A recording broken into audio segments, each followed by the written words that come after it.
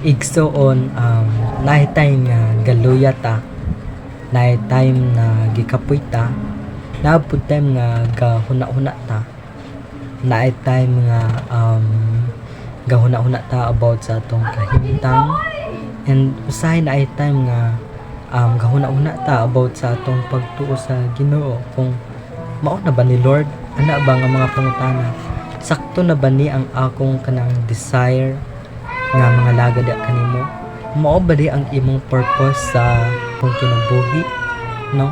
Mo na ang mga time nga usahay makapadala sa atoa sa kanang overthink, no? Mo na ang gadagandagan sa atong huna-huna, and it's okay it because tao man ta nga naay panghuna-huna nga ga-overthink ta, but kanang mga doubt nato, kung magastay ta sa ato ang doubt, dili ta maka step forward, it because ang mga doubt nato kapugkong sila sa atoa, and kanang mga doubt nagalid na sa atoa sa fear or kahadlok.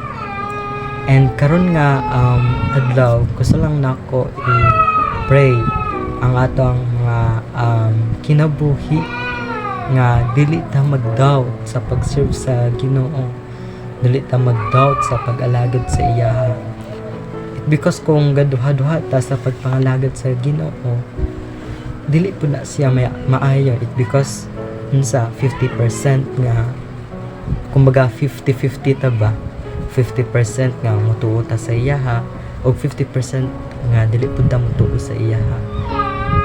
Ang doubt again mo na ang maka-cost sa ato ang fear. That's why kini nga prayer nga tugtan nato ang Ginoo nga ipalayo ta sa doubt, ipalayo ta niya sa mga pagduha-duha sa kinabuhi. We focus to serve the Lord nga naay kanang kalipay, naay eagerness, kumaga wala tay labot sa ato ang kanang palibot, no? Wala tay labot sa ato ang friends, sa mga tao sa ato ang palibot. That's because nag-serve ta sa Ginoo wholeheartedly. And allow me nga i-pray tika, or pwede pud ko nimo ubanan sa pag-ampo nga i-pray nato ang atong kinabuhi nga dili mag duha-duha sa pag serve sa Ginoo or sa pagtuo sa Ginoo. Let us pray. Almost precious Heavenly Father, Lord, we pray Ginoo sa kini nga tao, dili malikayong Ginoo ang doubt sa pagpangalagad, even man Lord sa mga tao nga wala pa nakaila sa imuha karon, and nakita niya ni nga video. I pray Ginoo nga i-remind siya Lord kung unsa jud ang tinuod, it because Lord na ay mga rason nganong gadoubt sila Ginoo sa ilang kinabuhi, kay mahitungod wala pa nila ma-testify kung kinsa ka Ginoo nga pagka Dios.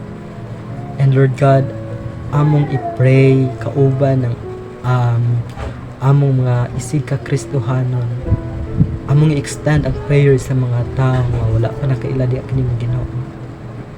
Gadoubt sila Lord, although mutuo sila sa imuha, but 50-50 nga mutuo sila diha kanimo, 50% nga dili pud sila mutuo diha sa imuha.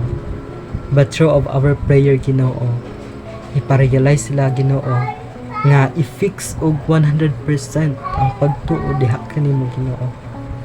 And Lord, kung mahimo Lord, magduaw ka sa ilaha Ginoo, sa ilahang damgo or sa ilahang kinabuhi, kung mahimo Ginoo, magbuhat ka og way Ginoo para ma-testify nila Ginoo kung kinsa ka nga pagka Dios. Remind sila Lord nga ang pangalagad kanimo kinahanglan walay pagduha-duha, walay doubt Ginoo. And I pray Lord Jesus, we pray Ginoo kauban ng among mga isig kakristohanon, nga ang mga tawo nga wala pa nakailada kanimo, through of our prayer Ginoo, and I know nga naay tao nga wala pa nakaila diha kanimo Ginoo nga dili Kristohano. I pray Ginoong Dios kung makita niya kini, i-remind siya nga ikaw ang Diyos nga gamahanan ug ikaw ang Diyos nga makahatag sa iya og kanang paglaom nga naapay paglaom nga magalagad diha kanimo. And kini nga prayer among itugyan diha kanimo Ginoo, and maghulat kami Ginoong Diyos sa katubagan niini. In Jesus name we pray, amen.